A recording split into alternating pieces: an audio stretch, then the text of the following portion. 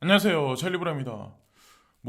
시세창을 저는 이제 알트코인은 잘 안 봐요. 특히나 이제 원화마켓은 안 보거든요. 거의 안 봐요. 원화마켓은 제가 업비트를 로그인해서 보기 전까지는 거의 확인할 일이 없고, 특히나 블록폴리오에서 이제 비트코인 개수가 어떻게 되나 거의 요거 위주로만 확인하기 때문에 사실 의미 없고, 시세를 자꾸 원화로 환산해가지고 자꾸 계산을 하시면 이런 장세에서 특히나 트레이딩을 그러니까 오랫동안 안 하신 분들, 가상자산 시장에 들어온 지 얼마 안 되신 분들은 더더욱이나 특히나 부정적인 뉴스가 많이 나오거든요. 지금 현재 상황을 제가 코인니스를 쭉 이제 훑어봤는데 부정적인 뉴스가 되게 많더라고요. 시세가 하락하면 꼭 부정적인 뉴스가 많이 나오는데 부정적인 뉴스를 계속 보다 보면 확신이 흐트러져요, 사람이. 예. 그러니까 어쨌건 좀 멀리 할 때는 멀리 하시는 게 좋다는 거죠. 그래서 어쨌건 오늘도 여러 가지 매크로 관점에서 여러분들이 이제 시장 자체를 조금 이제 긍정적으로 보기보다는 좀 객관적으로 바라보실 수 있게 제가 이제 말씀드리려고 하는데 금리에 관한 것도 이제 제가 말씀드리려고 해요. 일단 첫 번째는 한국에서 1위 증권사인 미래에셋 증권사가 가상자산 수탁관리 서비스를 할 거다 이런 얘기가 있더라고요. 이게 일명 커스터디 서비스라고 하는데 가상자산 업계에서 이제 오랫동안 이제 투자하신 분들은 아마 아실 거예요. 코인베이스 커스터디 한다. 그러니까 수탁관리 서비스니까 미래에셋 증권사에서 따로 법인을 만들어서 따로 이제 플랫폼을 개설할 거다. 근데 날짜적인 관점을 아직 공개해서 발표한 건 없는데 비트코인을 맡긴다던가 특정 코인을 맡긴다던가 하면은 그것에 따라서 이자를 지급받거나 아니면 하여튼 그런 거를 이제 진행하죠. 거기다가 간접 투자 상품도 만들어낼 거다 이런 얘기들이 있더라고요. 그러면 미래에셋이 1위 증권사이기 때문에 여기가 움직이면 2위 증권사, 3위 증권사도 움직일 수밖에 없어요. 삼성도 움직일 거고 뭐 기타 다른 증권사들도 분명히 움직일 건데 어쨌건 시대의 흐름이라는 거를 미리 말씀을 드릴게요. 그래서 지금 현재 이제 그렇게 돌아가고 있다는 걸 말씀드리고 일단 어저께죠. 어저께 이제 한국 무역 수지 이거는 가상자산 시장이든 주식 시장이든 한국 마켓이 그렇게 영향력이 있는 게 아니니까 어쨌건 이게 중요한 건 아니고 어쨌건 한국에 사시는 분들 같은 경우는 보셔야 되는데 어쨌건 무역 수지가 꺾였어요. 지금 현재 상황이 그렇게 잘 나간다고 했었는데 꺾었고 일본 같은 경우는 금리를 그냥 동결시켰어요. 예, 현재 마이너스 0.10인데 사실 예전에도 마이너스 0.10이었고 1년 전에도 마이너스 0.10이었고 이렇게 한 지가 되게 오래됐어요. 유럽 같은 경우도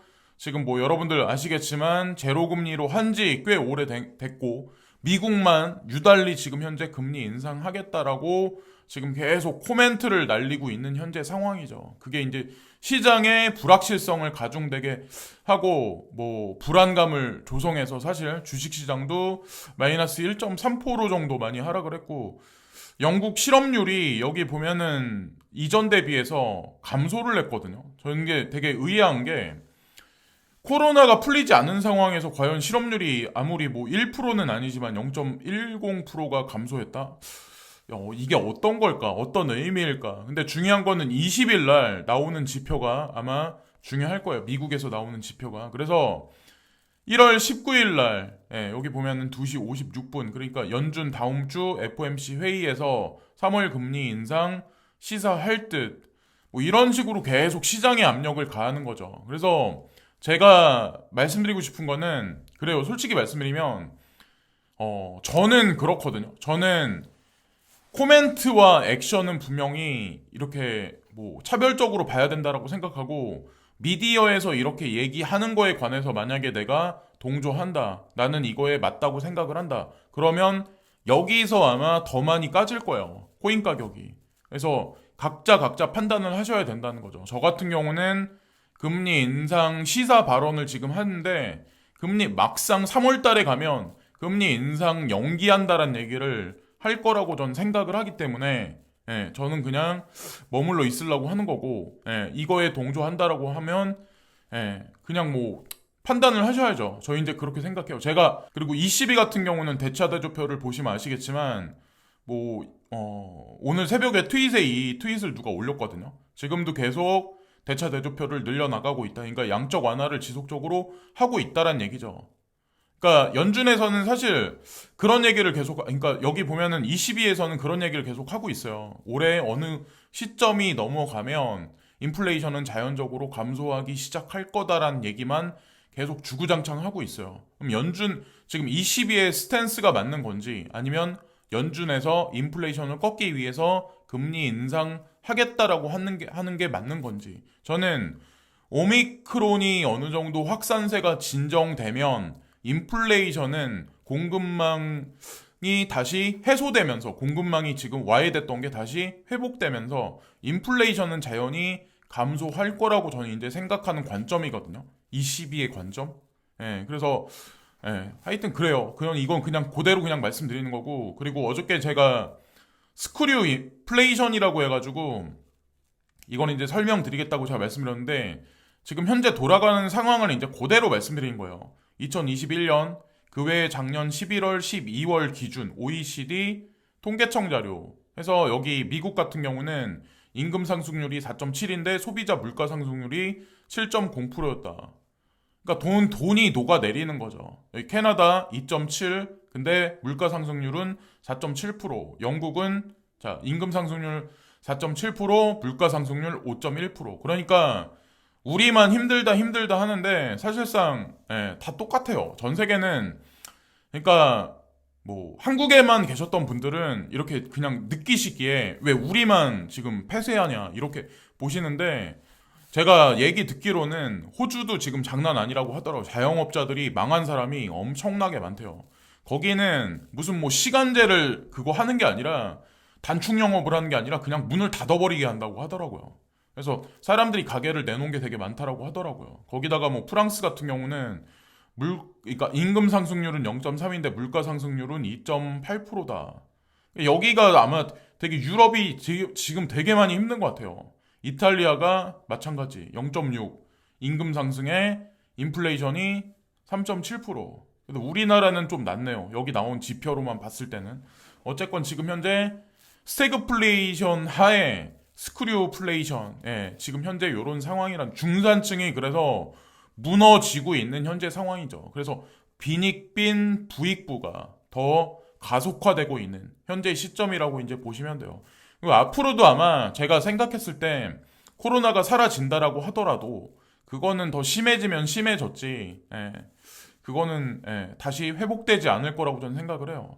그리고 제가 이제 좀 큰 관점에서 지금 현재 인플레이션과 뭐 여러 가지 것들, 그리고 뭐 코인 시장, 그리고 주식 시장하고 총망라해서 제가 문장 몇 개를 적어서 이제 말씀드리려고 하는데, 제가 이런 거시 경제에 관해서 이제 방송에서 이제 말씀드리면 이게 코인 시장하고 무슨 관련이 있냐라고 이제 보시는 분들이 있는데, 코인 시장은 주식 시장하고 매크로적인 관점에서 거의 비슷하게 지금 커플링으로 비슷하게 움직이기 때문에, 사실상 전 세계 뭐 정치, 경제, 특히나 뭐 러시아, 우크라이나 문제, 그러면 이건 또 러시아가 우크라이나 침공 가능하다, 이게 오늘 새벽에 나온 거거든요. 이거는 러시아 측 입장이고, 미국 측에서 그래서 지금 보고 있다, 바이든 행정부에서 눈여겨보고 있다라고 외신에서 직접적으로 언급이 됐어요. 그래서 지금 천연가스가 올라가고 화석연료가 올라가는 게 사실은 요런 것도 사실 가중하고 있는 거거든요.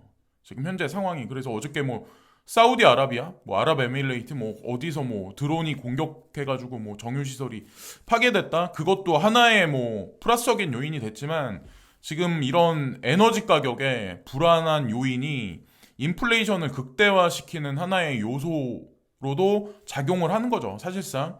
거기다가 미국의 큰 난제가 뭐냐면 우크라이나 지금 현재 문제, 그리고 이란 핵 협상. 자, 이것도 마찬가지로 화석연료가 상승한다는 얘기, 천연가스가 상승한다는 얘기는 전 세계 인플레이션과 맞물려 있기 때문에, 이게 다 매크로적인 관점이기 때문에 코인 시장하고도 사실 연결돼 있는 거죠. 그리고 바이든 복지 정책이 난항에 지금 빠져 있고, 이것도 아마 해결이 돼야 될 거예요. 그래서 오미크론 확산도 진정되면 요 여러 가지 요소들이 결국에는 테이퍼링과 금리 인상이라는 얘기를 연기하는 트리거가 되는 요소가 아마 이런 것들이 해결됐었을 때 그렇게 되지 않을까라는 생각을 해요. 그렇기 때문에 코인 시장하고 사실 연결돼 있는 거고, 저는 이런 거를 봐오면서 사실 코인 시장에 접근한 게, 접근을 했어요. 비트코인 가격이 올라가니까 접근했던 게 아니라, 지금 이렇게 되니까 금 가격이 어떻게 되겠구나 라고 생각해서 금 투자했었던 거고, 금 투자하다 보니까 비트코인을 보게 됐고, 그래서 이제 뭐 가상자산 시장에 이제 발을 들여놨던 거죠. 그리고 뭐 러시아, 이란, 중국 합동 해상훈련을 실시할 거다 이런 얘기들이 있더라고요. 지금 현재 상황에서. 자, 어쨌건 뭐 복잡다단해요. 아주 그냥. 그래서 에너지 가격이 지금 크루드 오일이 2% 가까이 지금 올라가고 있는 현재 상황이에요. 지금 현재. 그러니까 FED에서 지금 뭐 강행해서 계속 뭐 인플레이션을 죽여야 된다 이런 것과 역행해서 에너지 가격이 올라가니까 거기에 사실 뭐 논거를 제공해 준다고 이제 전 생각을 해요. 인플레이션이. 근데 이런 것들도 하나하나 이제 해결이 되면서 아마 제가 보기에는 한 발 물러나지 않을까라는 생각을 하고, 그리고 앨런 머스크가 여기 보면은 뭐 오늘도 중요한 얘기를 이제 한마디 뚝 던졌는데, 그러니까 사람들은 이런 거를 생각을 많이 안 하거든요. 앨런 머스크 같이. 네, 뭐 저도 이런 거를 이제 가끔 말씀드렸는데, 전 세계 인구의 뭐 붕괴에 관해서 심각하게 뭐 우려해야 된다, 걱정해야 된다 이런 얘기를 지금 하고 있거든요.